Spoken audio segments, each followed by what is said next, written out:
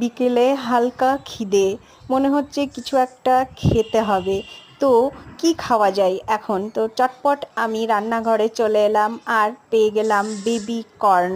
তো প্রথমেই আমি বেবি কর্নটিকে খুব সুন্দরভাবে ছাড়িয়ে নিয়েছি, আর কিছু সবজি যেমন ক্যাপসিকাম, গাজর, টমেটো আর হাফ পেঁপে আমি ছাড়িয়ে নিয়েছি।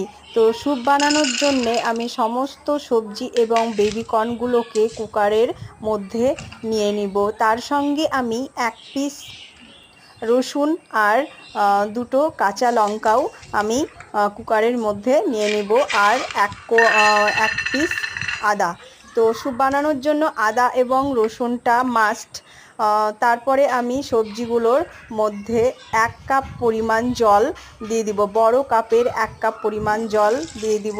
সামান্য লবণ, পরিমাণ মতো লবণ সবজির মধ্যে দিতে হবে, এবং সবজির গুলোকে আমি 10 থেকে 15টা মতো সিটি কুকারে দিয়ে নেব।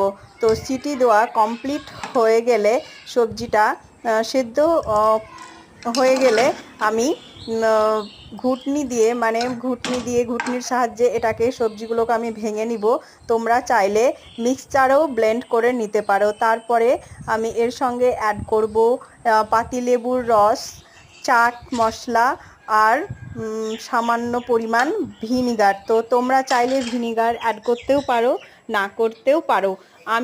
আমার ভালো লাগে তাই আমি সামান্য পরিমাণ ভিনিগার আমি অ্যাড করে নিলাম। তো রেডি আমার বিকাল বেলাকার সুইট বেবি কর্ন স্যুপ। এটা বিকালের জন্য খুব হেলদি একটি স্যুপ। তোমরা তো অনেক রেস্টুরেন্টে স্যুপ খেয়েছো, আমার এই পদ্ধতিতে স্যুপ বানিয়ে খেয়ে দেখো, ভালো লাগতেই হবে।